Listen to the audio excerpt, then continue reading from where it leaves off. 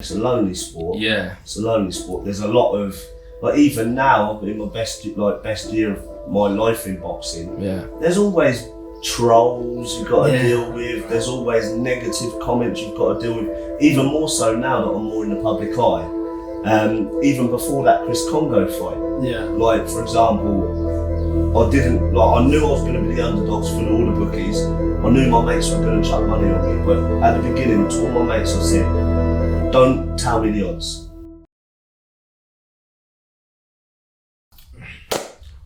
Welcome to the South May podcast. I'm Fadel. And I'll go by the name of Sam and Fadel. And today we are very, very excited to have the one and only, the pride of Portsmouth, the WBO. Michael, the problem, Mckinson. I think he deserves a round of applause. Did you like that? Yeah, that's good. Big Sam gives Bruce Buffer a run for his money, don't you? So before we start, it's mad how they both make so much money. Him and his brother, Michael. I think they're both estimated like £410 million. I've met Michael Buffer when I was younger. I must have been about 14. He was at a boxing show. I met him. He looked like a waxwork. Oh, Proper living. No, he does. But first things first, Mike. How are you? I'm good. Yeah? I can't complain. I can't complain. I've had a good year so far, so I'm very focused right now. Just wanted to get better and better. Tunnel vision, yeah? That's it. We'd love to see you. So obviously, me and Sam are very intrigued, and obviously people listening at home are very interested in, like, why did you want to get into boxing? What made you want to get into boxing initially? To be fair, all I've ever known is boxing. I've boxed like my whole life. My dad is obviously my trainer. Yeah. So as soon as I was old enough to even walk, I'd kind of learnt the basics and I learnt how my stance and everything. Yeah. So it's kind of like the family business for me, and obviously my brother as well. So I was in boxing gyms my dad used to take me alongside him from probably 5 years old. Wow. So yeah, I've done it a long time. So if people ask me, like when I was younger, when I was a kid, if people was to ask me, what are you going to be when you're older? It was always professional boxer. Yeah. That was always what I was going to be anyway. So it was no surprise. So yeah, it was just family business, mate, really. Because essentially that's all you know, isn't it?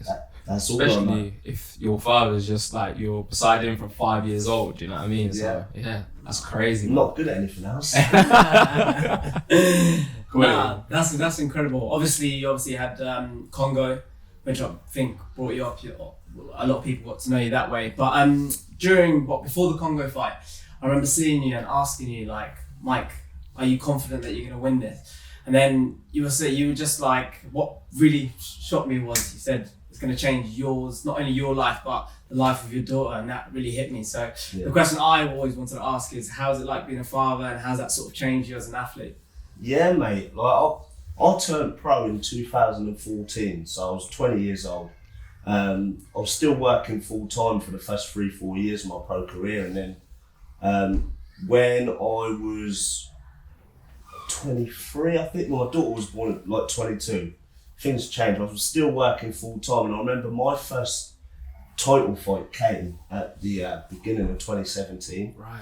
And I was 10-0. I wanted a big fight, but I was still working full time. So I was going into my first training camp, essentially, like training full time for a fight. But I was also going to work, and I also had a newborn baby daughter at home. So like, she was born in December. From January to April was my training camp. It was a long one.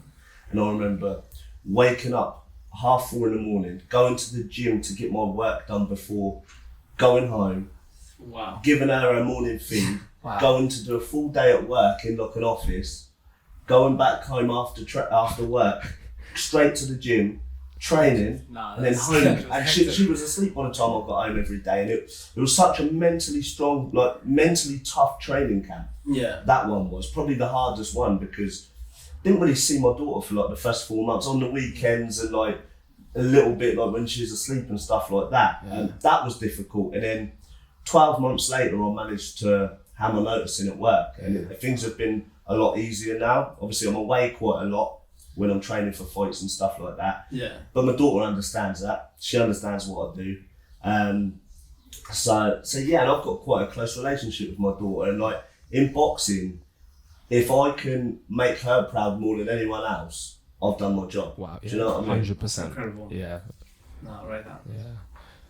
Definitely. And I just wanted to ask, would you say, like, obviously you've talked about your daughter and stuff, and like obviously the graft that you put in.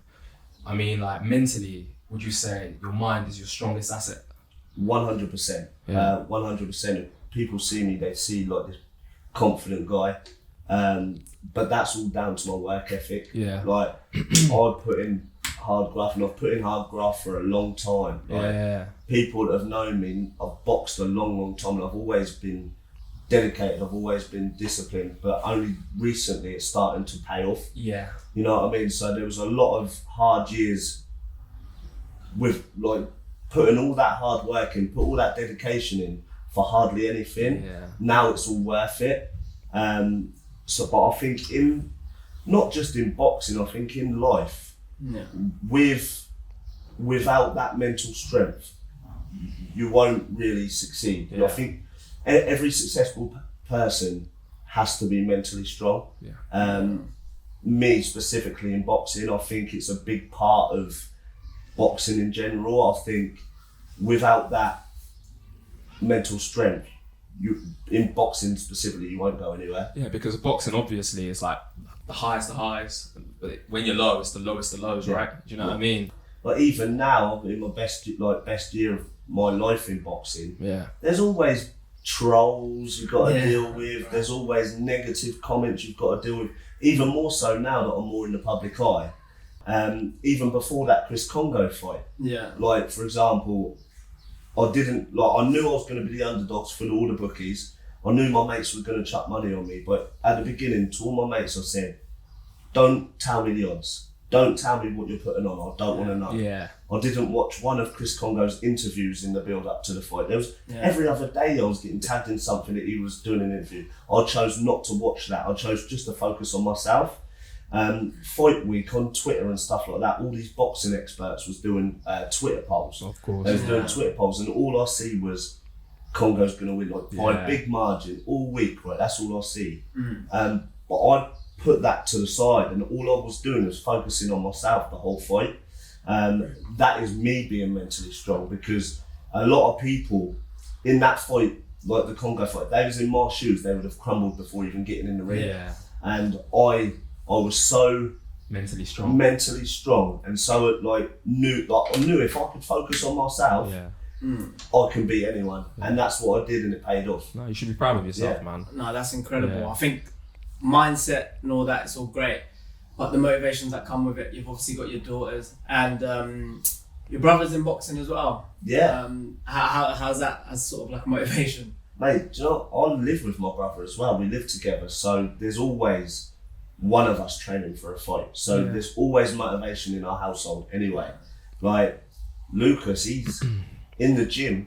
Like, if people knew him and seen him in the gym, he's the better brother.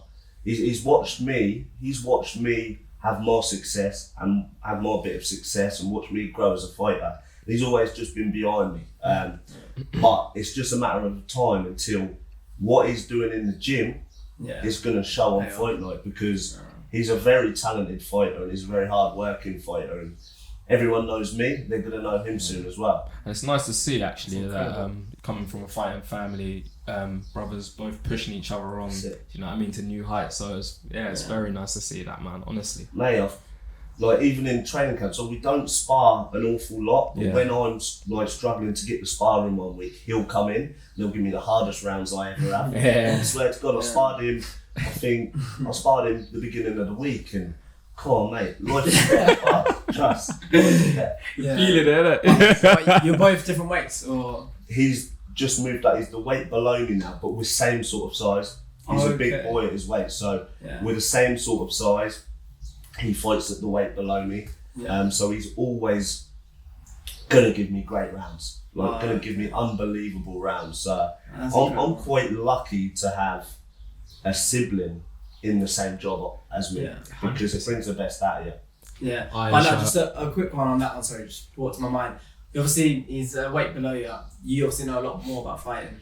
Can he be in the same weight? And if he does, would you able to fight him in a proper Whoa, match. Like yeah. obviously the Klitschko's, I remember that because they were brothers. They could have their parents, their mum said no, don't fight. I wouldn't ever fight him. Yeah, He'd sure. beat me. we both turned pro quite young. Obviously, you guys have known us for years and Of stuff, course. so you knew we was always boxers. And I was 19, 20. He was 18. We turned pro in the same year. Yeah. So we turned pro young. I've been the same weight my whole pro career. I've boxed at welterweight my whole pro career from the age of 19, 20. Lucas turned pro as a featherweight. Now in boxing, featherweight's like 57 kilos, something like that. And he's gone through like 4 weight classes already. He's getting bigger and bigger. So he's only recently just moved up to light welterweight. It's called super lightweight now. That's the weight below me. Yeah. But he'll probably grow into a welterweight as well. He'll probably be the same size as me. He's like gone through the weights, you know what I mean? So that's incredible. yeah, we've been pro a very long time, and we're still young. Yeah, like, that's what I was him wondering. specifically, still young. So you're both still very young. Yeah. I mean, 100%. A long way to go, man. Yeah. I don't take many punches as well. I'm very clever defensively, so hopefully I can have a long career. Yeah. I think you will, man. It's looking good. It's looking good.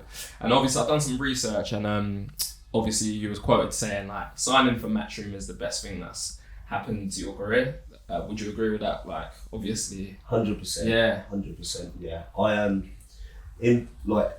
There's loads of boxers out there, loads of very talented fighters that never really get their crap. Yeah. I waited for a long time for my opportunity on a Matchroom show. I finally got it. And I'll tell you the story. I was rough in January. Right? Yeah. I was COVID positive, and so I had to isolate for 2 weeks. And to be fair, I'm like a girl when I'm ill. Anyway. I think we all are, bro. And like I was rough so I didn't train for 2 weeks. And the day I was allowed out, like from isolating, my manager called me, said we've got Chris Kongo in 6 weeks. And it didn't matter if it was at the beginning it was 6 weeks. It ended up getting a few more weeks added to it, but I didn't care. I'd finally got my opportunity. Yeah. I was never ever going to turn that down, and I took it with both hands. But there's a lot of boxers that don't get their opportunity, and a lot of talented fighters. There's so many boxers out there, and I finally got it, so took it with both hands. But in boxing, everyone wants that Matchroom deal. Not many people get it, you know. So I went to Gibraltar and earned it the hard way.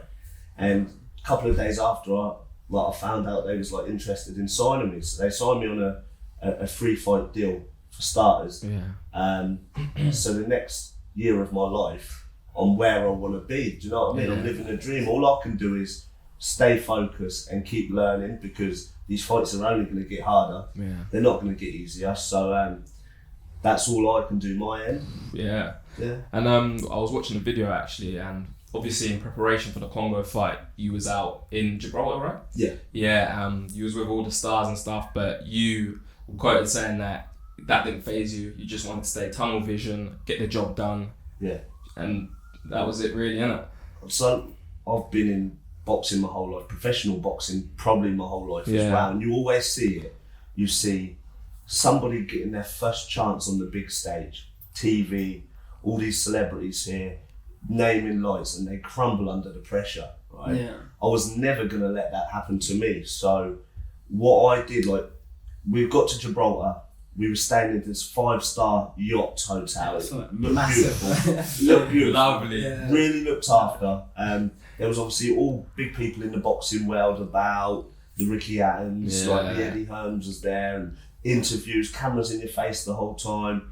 Every single time you left your room, there's cameras in your face, security. It was mad, and I didn't let that get to me. So like when everyone else was mingling on the ship, I spent most of fight week in my room on myself, just focused, tunnel vision. And people were saying like, why aren't you doing this? Why haven't you got a picture of him or what? Like, and I said, I'm not here to make friends. My job is to be here to change my life. Yeah. And that's what I was there to do. I wasn't there to make friends. After the fight, I got the win. I'd done my job, and then I started mingling a little bit for the last day I was there. But I had a job to do first, you know. And that comes down to my mental strength as well.